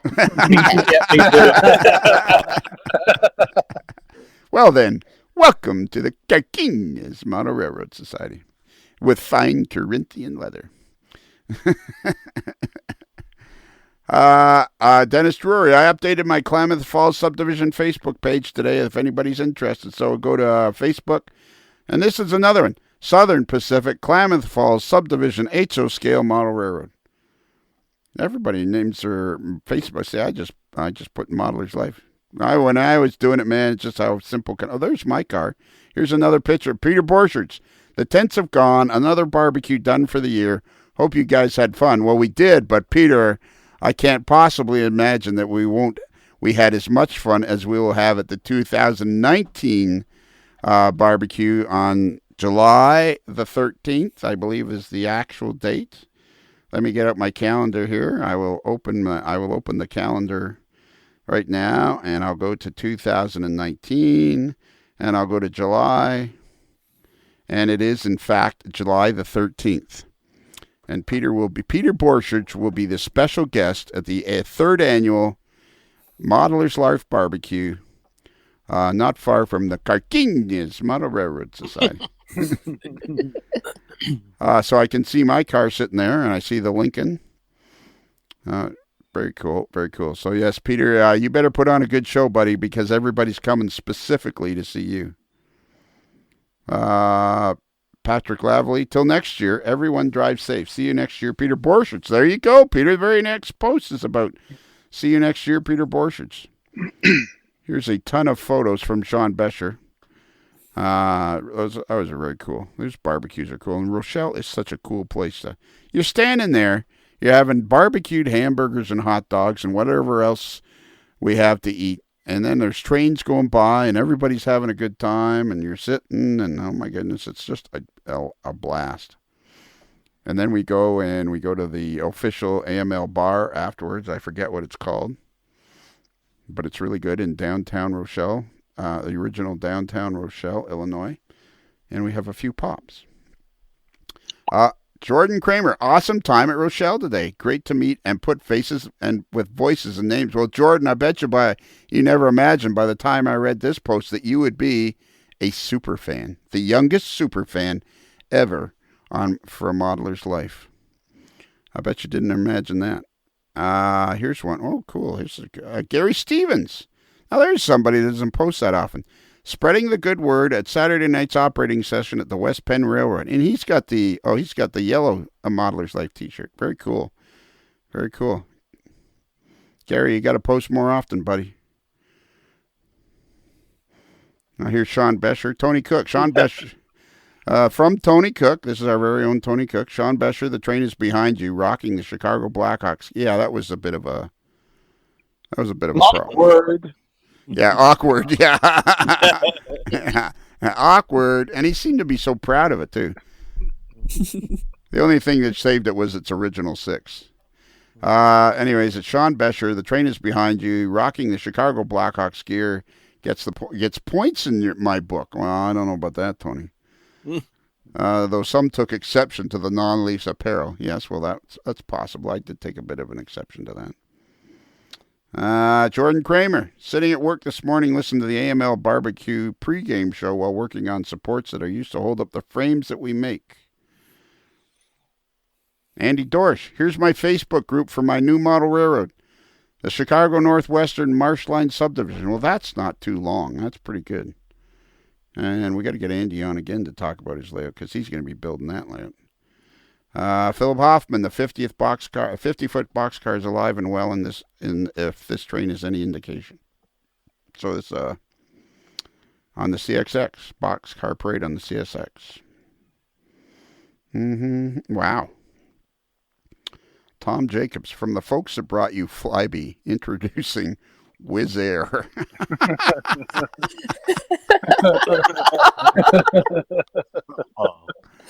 My God. So if you're going somewhere, you say, "Excuse me, I got to go take a whiz." And the worst part is people got paid money to do that.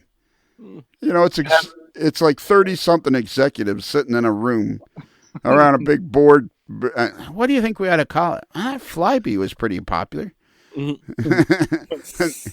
we get another focus group here, please? Yeah. And they're just at the point where they're going, well, let's have a name that has the word air in it, so that it's, like U.S. Airways. Let's have a name with the word air in it. And just as the guy says that, the other guy goes, "Hey, I'll be back in a minute. I got to take a whiz." and the other guy, "Yeah, Wizz Air." Man, oh man, where's that from, I wonder? From the folks that brought you Flyby, introducing Wizz Air. Though that's what's on the floor of this plane is a far worse than gum on a sidewalk. And it's an A320, so it's a single aisle too. There's no way of getting around it. Yeah. The story is rather disturbing. I'm reading it right now.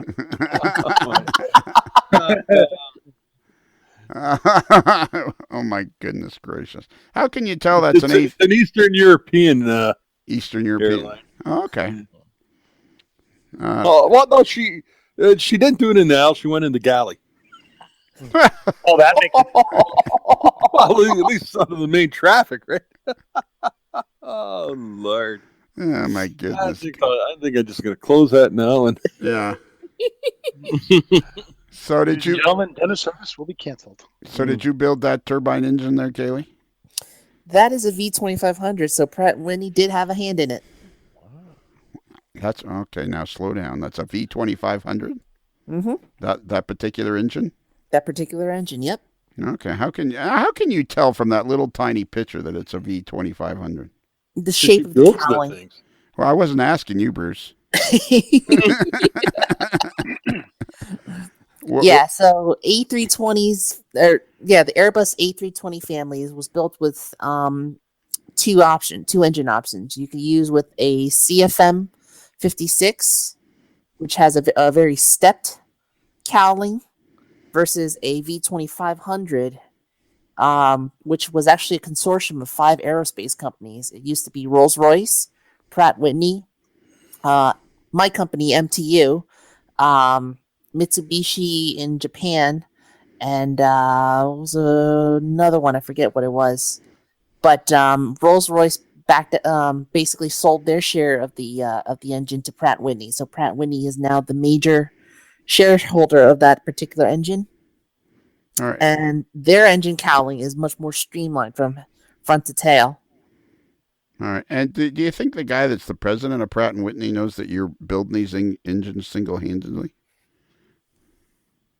Well, certainly it's not coming from a paycheck. Well, that's not necessarily maybe they appreciate it anyways. This is true. Okay, so you say you work for a company called MTU, so they're somehow affiliated with Pratt & Whitney, probably? MTU is actually a German company. Pratt & Whitney is actually my customer. I'm an engineer and contractor for Pratt & Whitney. Okay. So they hire you. They say, hey, Kaylee, we need an engine for an A320, and then on Monday you start, and by Friday you pretty much got it done, or? I organize people and get them done. You build them. Project Come on. manager. Come on, you build them. We know you're building them single-handedly. And I'm just cracking the whip. Yeah. I don't. You know what? That's my story, and I'm sticking to it. Okay, Tony Cook. Jordan Kramer picked up this cool auto flood 2 display piece and gave it to me at the AML barbecue in Rochelle. Thanks so much. Love this kind of stuff. What is that, Tony? I think that's Johnstown, America, maybe made those hoppers. And that's, like a desk or display thing that would have been done for it. But yeah, he found that someplace and gave it to me there at the barbecue. Isn't that neat? Oh, cool. All he did for me at the barbecue was afterwards he sat beside me and said we should have gone to Culver's. Well. Oh, well, come on. Culver's. I think Jordan got one of the best prizes at the barbecue too. Isn't he the one that got the Walther's Proto UPE 9s? I think he was, yes. Oh yeah, I think he was, yeah. So see, he did pretty well. Yeah, then he said we should go. I remember, he goes, we're sitting there, and I'm thinking, I met him earlier in the day, and I'm thinking, this young guy's cool. It's really cool that he's listening to the podcast, blah, blah, blah. And we're all sitting there having a great time, and then we realize, no Dairy Queen around. He goes, we could go to Culver's. And I'm turning, I'm looking at him like, and as soon as he realizes what he said, he's like, all right, here's another one from Jordan Kramer, listening to Vacation Cruise number 19.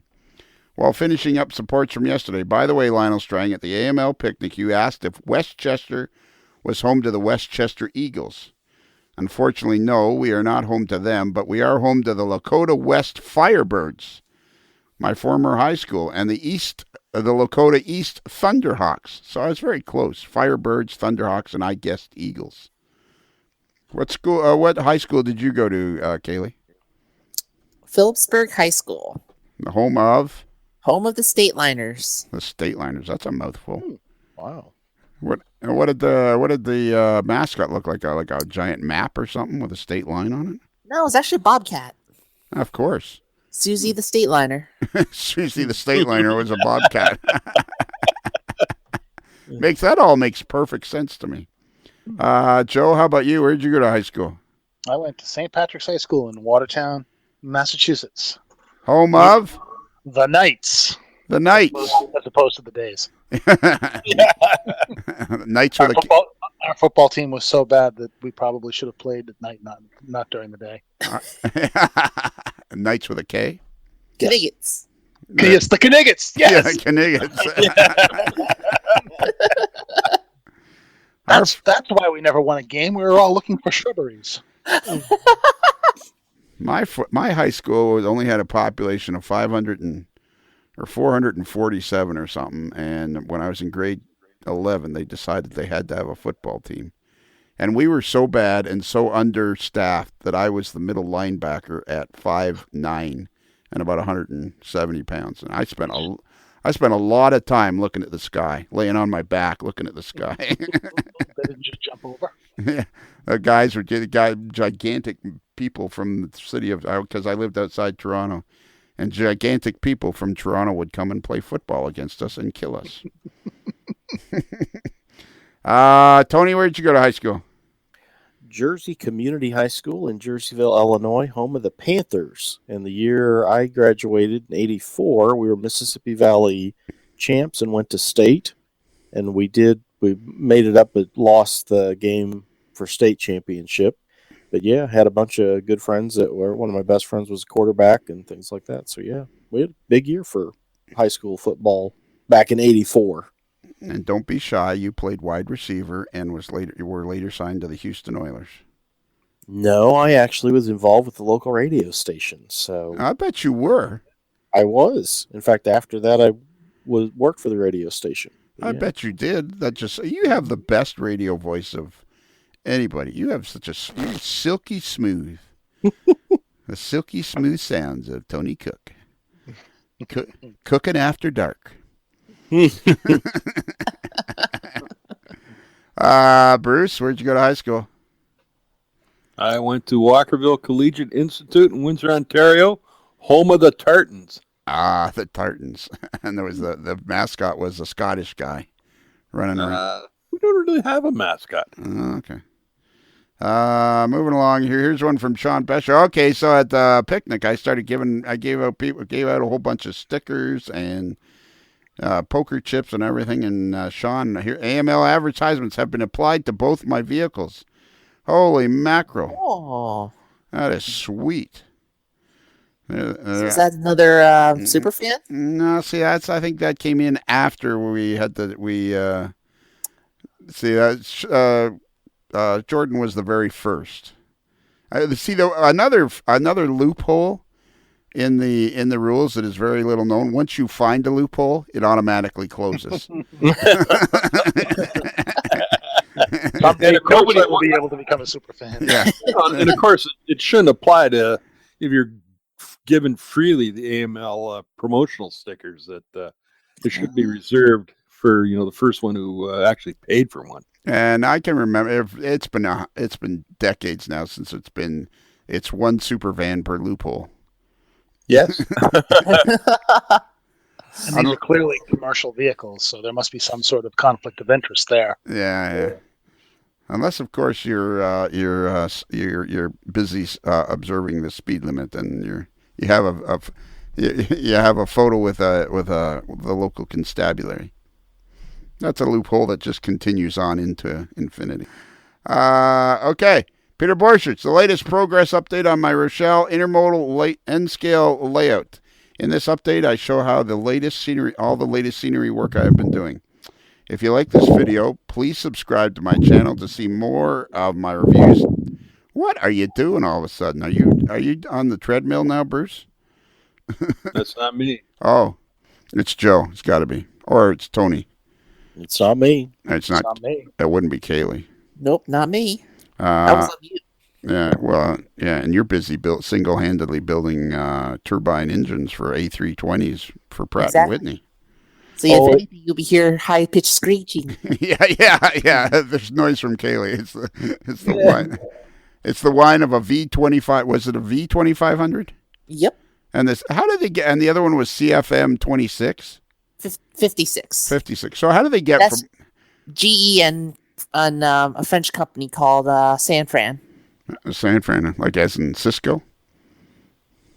San Francisco? Yeah, actually, yeah. Yeah, there you go. Minus the Cisco. Yeah. Next one is Peter. I didn't finish reading your post because I lost interest.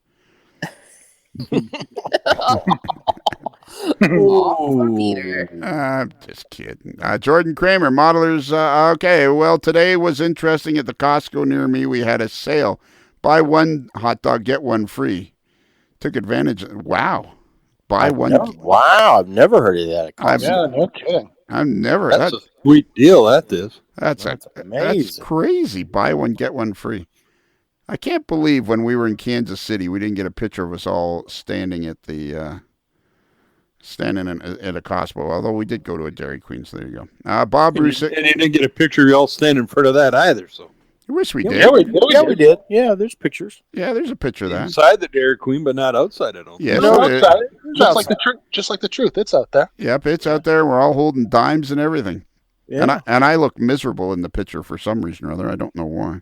Because you had to sit with Chris Atkins inside while he ate some salad. Oh yeah, or something. While we're all enjoying, the proper Dairy Queen food. I think we're all dumbfounded at that. That's my favorite picture from the whole yes. week. Is that one of you with that look on your face, like, oh my god. Chris Atkins is a good friend, and we enjoyed Chris and me and Stuart Sterling. We all shared a house together, B&B. We had a great time. We all got along wonderfully well until the very first day. At the very first,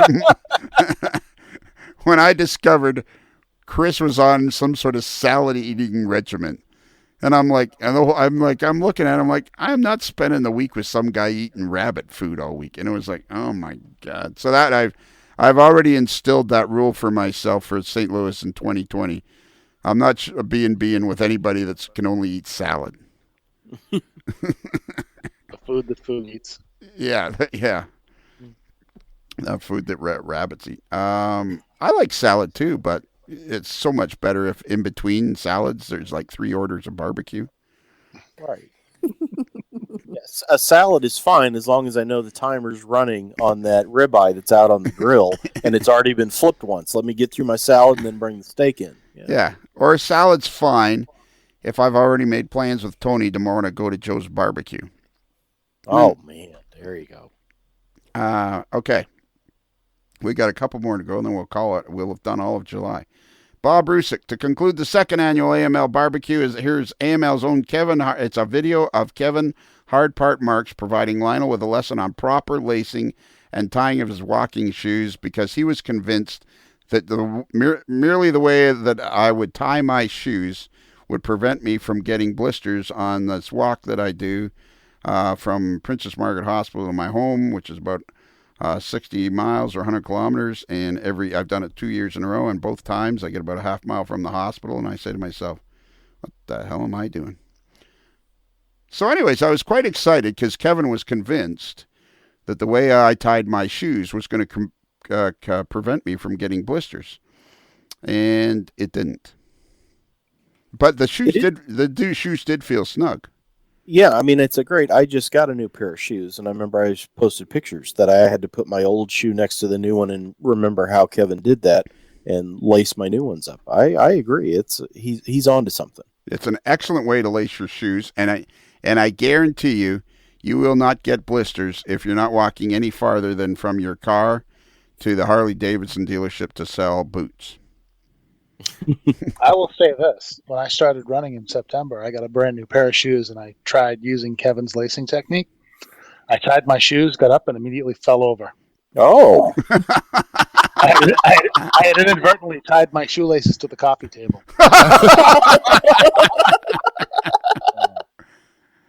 And the coffee table had no interest in going running with me.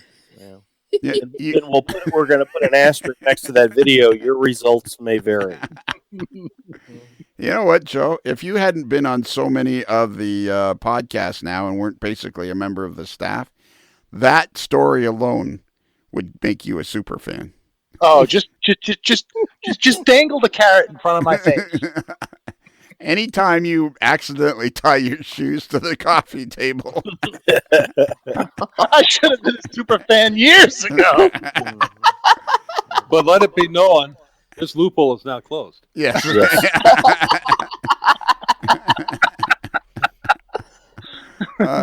Did you spill any of the cheese balls?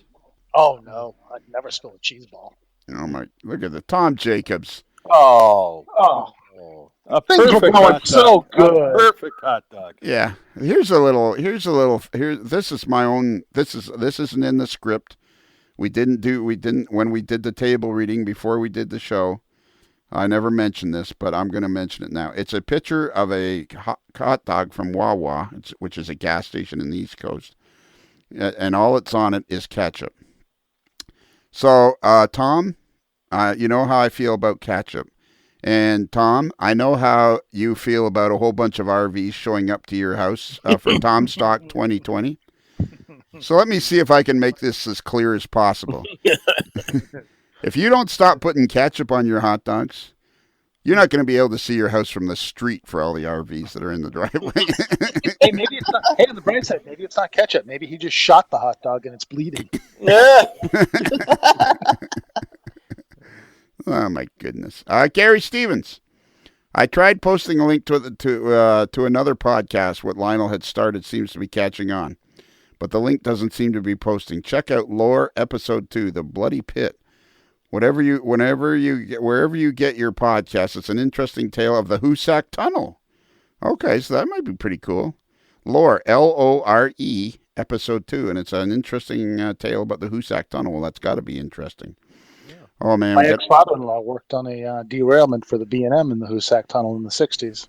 Oh, yeah? Baltimore and Maryland. No, Boston and Maine. I knew that.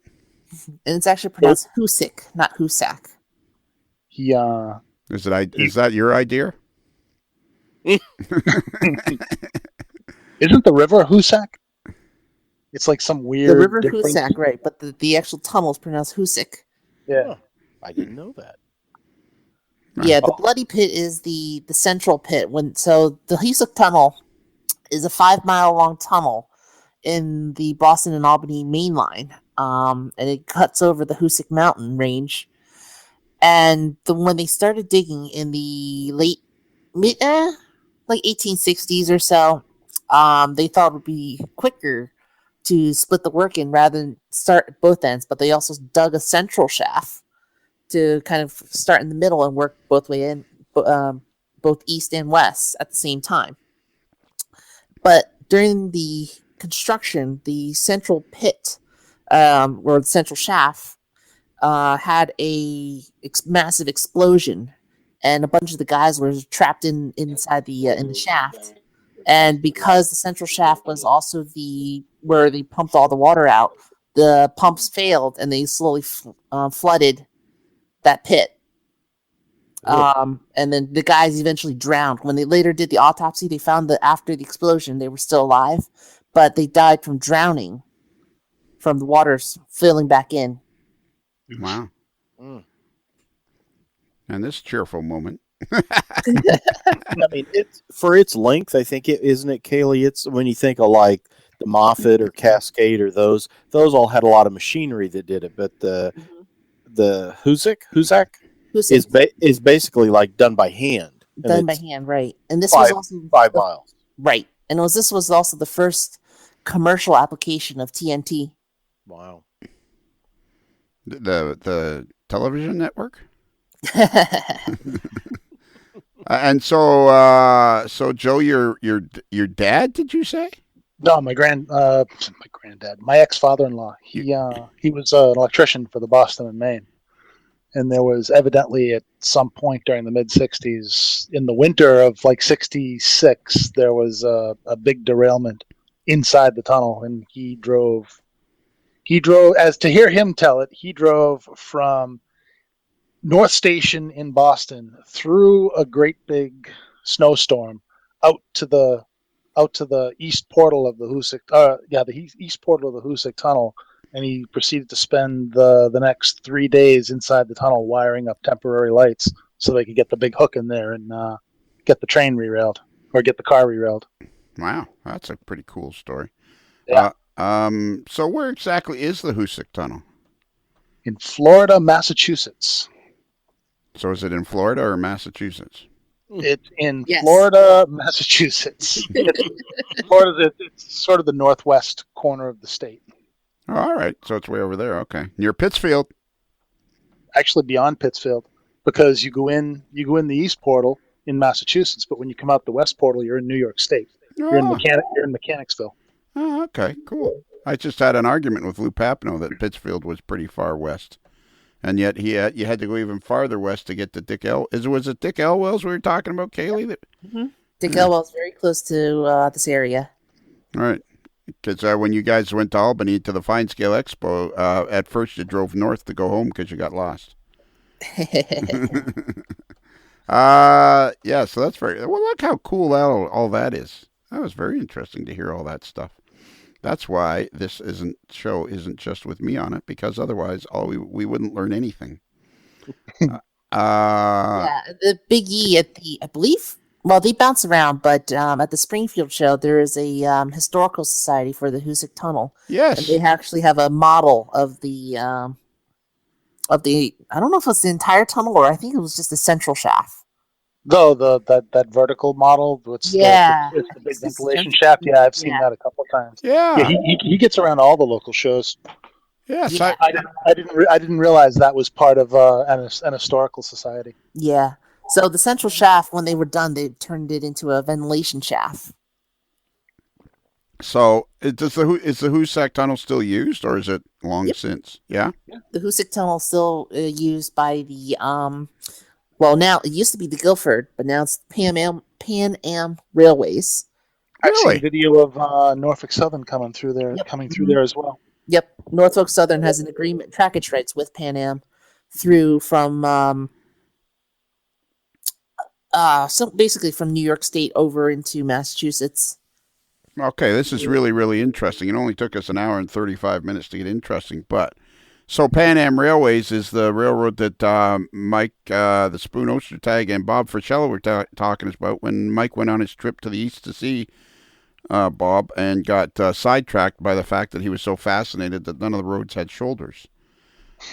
But they took photos. They were following the executive train came out with the F units on it, and they happened to just stumble onto that, and they were following the Pan Am Railways train. Yep. So Pan Am Railways actually owns the tunnel.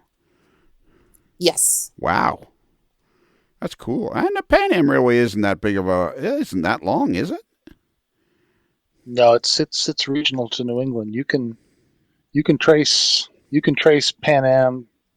The people who own the railroad also bought the rights to use Pan Am and the Pan Am logo, and you can, if I'm not mistaken, you can trace that company's history directly back through Guilford into like the B&M and Maine Central. Like they bought up all the regional New England roads and turned it into Guilford, the Guilford system. Yes. And somehow they own the Pan Am name, or the guy that bought the railroad somehow had something to do with Pan Am Airlines or something like that. Yeah. And No, he just liked the logo and bought the logo. Really? Okay. Yep. It's like the guy that owns the Hartford Whalers logo. Like you can't. It's very hard to find Hartford Whalers stuff because he won't release it very much. Now we have the yard goats. The who? What's? The yard goats, Hartford yard goats. Seriously? Mm-hmm. And what are what's their mascot? There's two goats. One of them is named Chew Chew, and it's CHEW. And I forget what the other one's named. Okay, so they actually have goats. And boy, imagine. Dad. Yeah. Imagine, Bruce, you're playing for the Chicago Blackhawks or something, and somehow you get traded, and the next thing you know, you're playing for the Yard Goats. Actually, it used to be better than not playing. Yeah, but it actually used to be called before it was the Yard Goats. When they were still deciding the name and it hasn't been finalized, the Praying Mantis was the leading runner. Wow. Sweet. Yeah. I mean, surely they would have been better to come up with the Hartford intersections or something. I mean, Praying Mantis and Yard Goats. I mean, what are these guys looking at? Well, they win the hockey game and then they bite your head off. Of course, my all-time minor league team was the Macon Whoopie. Yeah. But at least there you could figure out what they were doing. The Hartford Yard Goats. I mean, why couldn't you go with the Hartford computer displays? Well, the Yard Goats actually was submitted by a rail fan on a whim. Hartford used to house a big rail yard, and somehow that managed to win. Wow. You're just... And I don't suppose this rail fan also happened to build turbine engines for Pratt & Whitney. I cannot confirm nor deny. All right, last one. Boy, I'm excited about this one because we know how to pronounce it. Brandon Brow. That how you get this is just Brow, Brauch. Brandon Brow. Brandon, you got to write in and explain that to us. Sure would be nice if they could get Sure would be nice if they could get my name right. One of the many little goof ups since I've decided to give them another try. So what am I missing here? They misspelled his first name wrong. Oh, did they? Oh, yeah. They put the O and made it an O instead of an A. Oh man, doesn't sound like doesn't sound like Brandon's re-up with NMRA is going all that well right at this moment. We'll need updates, Brandon. No matter what you do, we're going to need updates. And he's a firefighter in Lakewood, Colorado, and I think the fire department is called the Eagles Fire Department. Was it not, Bruce? Yeah. All right, Brandon, you got to write in again, buddy. All right, that's it. I'm exhausted. Man, we made it through almost another whole month. What comes up next is there's a whole series of photos from some guy in Some guy and his dog. some Some guy, dope. some guy and his dog driving all over Clinton, Massachusetts. We'll start with those ones next time. Well, what did you think, Kaylee? This is your first trip out over on the Viewer Post vacation cruise. It was fun. It was a lot of fun. It is fun. It's always fun, and you're so knowledgeable. You make us all, the rest of us all look average, which is actually a step up for me. I was going to say, wow, we just all look average. Oh, thank you. Yeah. Yeah, we very much appreciate it. You know, we're what, moderately, what are we? We are Adequate. Moderately adequate. So see, yeah, if she makes Marginally adequate. marginally adequate. Adequate. so if we made it up to average, I'm putting that in the win column. Hell yeah. And That's moving the needle in the right direction. yes, and as Lou Pampano, former New York Islander, journeyman New York Islander, says, "Modeler's life is just one continuous bad idea." All right, Bruce, why don't you do it? To give out the email, because you are like the email guy. The email guy. I'd love to get our email address. Our email address, if you wish to send us an email, Modeler's Life, modelers with one L, modellerslife@gmail.com. And we have a website, modelerslife.com. If you go to modelerslife.com, there's all kinds of links there and stuff like that. And I was going to say something else. Don't tell me. Let me guess. What was it? Oh, yeah. So space is limited for RV parking at Tom Stock 2020, the AML Picnic, the 4th annual AML Picnic. So if you want to get your RV, we have some space left for 36-footers. If you want to get your RV in there, make sure you apply soon. Or stop eating using ketchup on your hot dog. Those are your two choices. Has shore power been arranged? Yeah, shore power. Yeah. Yeah, exactly. And don't forget the AML Picnic for 2019 is featuring a special guest artist, Peter Borchert, all the way from the Great Britain, is making a special appearance, and he'll be signing autographs, and he'll be available for photos. And what do they call it when you get to see the guy, the performer? A meet and greet. Yes, we're going to be doing a meet and greet with Peter. That is the theme of the AML Picnic for 2019. It's a meet and greet with Peter Borchert. I hope you want me to get out the hammock like Burt Reynolds has, so you can pay him $5. Yes. Loyal fans can look at him all day and get the Polaroid camera. That would be We'll have perfect. two people standing with the palm tree leaf Yeah. fanning out. I hope he shows up.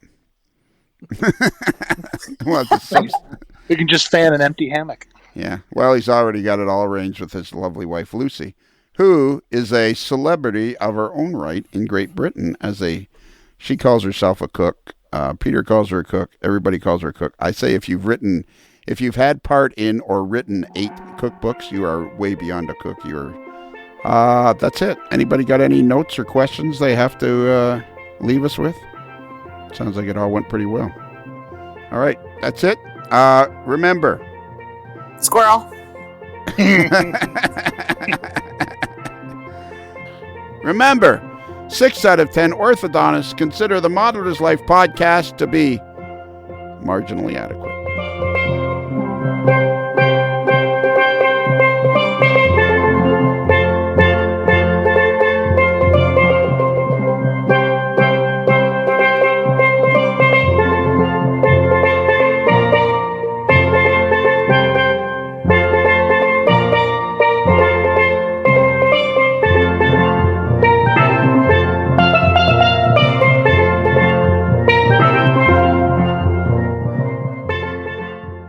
It's another Lincoln Homer.